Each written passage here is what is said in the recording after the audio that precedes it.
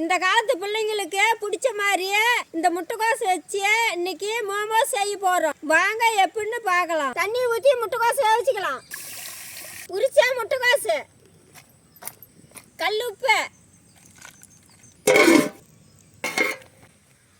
மரச்சாக்கெண்ணெய் ஊற்றிக்கலாம்.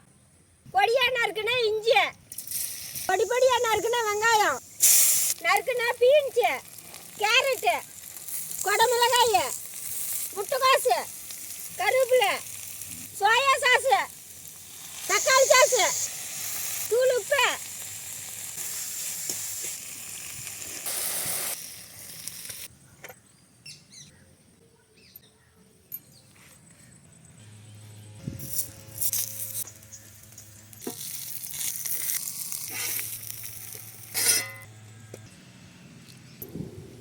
செஞ்ச மோமோஸ் எப்படி வந்துச்சு? சூப்பரா இருந்துச்சு பாட்டி.